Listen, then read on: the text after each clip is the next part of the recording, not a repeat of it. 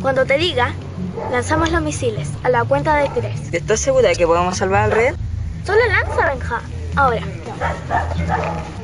1, 2, 3. La tableta no se me quiere para la luz. ¿Hay alguien en la casa? Espera, mi amiga, que la idiota me está molestando. ¿Hay alguien en la casa? ¿De qué estás hablando? ¡Escóndete!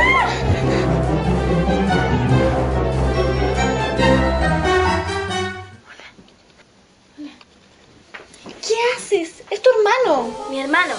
¿Lo puedes creer? Alguien que nunca había visto en mi vida dice ser mi hermano.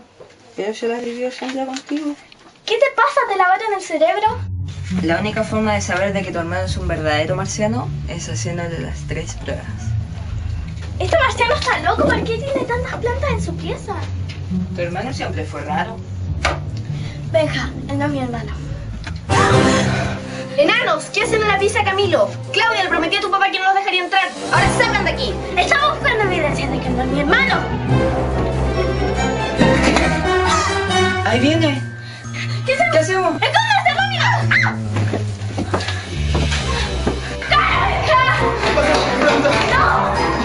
¡No! Dejen de molestar a Camilo. ¡No, Benja, rómpela! ¡No! ¿Eres un marciano? ¿Vienes a destruir el planeta?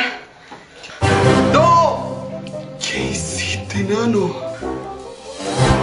¿Te duele mucho? Obvio que me duele. Se me pegó fuerte. Este marciano está loco. Tenemos que sacarlo de mi casa y nos matará. Ya basta, Claudia. No sigas con eso. Tu hermano no es un marciano. Dejarás tranquilo a Camilo en que tenga que barrar.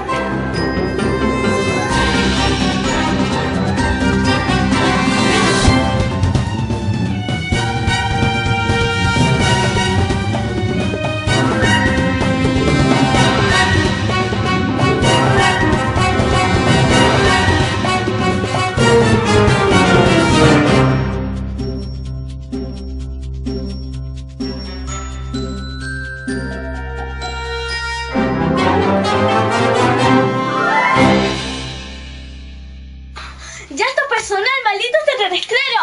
Extraterrestre. La palabra es extraterrestre.